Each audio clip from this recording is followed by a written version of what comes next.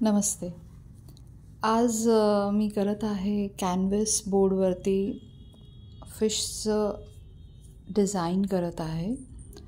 So हे फिशला मी आधी canvas बोर्डवरती sketch करून घेतलं पेन्सिलने आणि मग त्यानंतर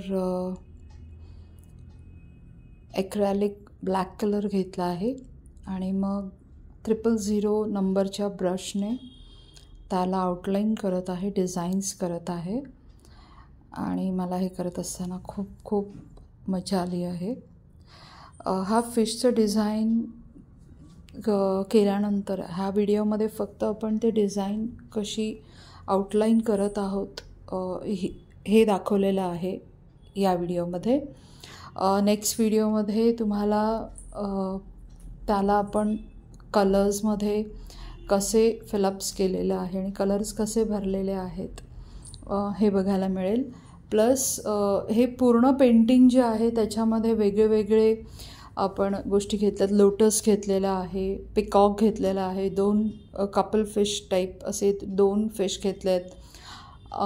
तर त्यातलं मी एकच फक्त हा फिशचा आता डिझाईन आउटलाईन बॉर्डर कशी करायची असते आणि कशा पद्धतीने ते केलेलं आहे. खूप सोप्या पद्धतीने केलेलं आहे आणि हे करत असताना फक्त आपल्याला कॉन्सन्ट्रेशन थोडा आणि वेळ द्यावा लागतो, कारण बारीक काम असल्यामुळे थोडा वेळ जास्त घेतात.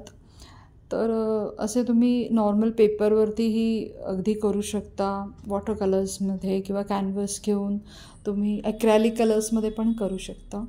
सो मला हे करायला खूप आनंद मिळतो आणि तुम्ही हा व्हिडिओ बघू शकता आणि तुम्हाला कसं वाटला ते नक्की तुम्ही मला शेअर करा, सांगा.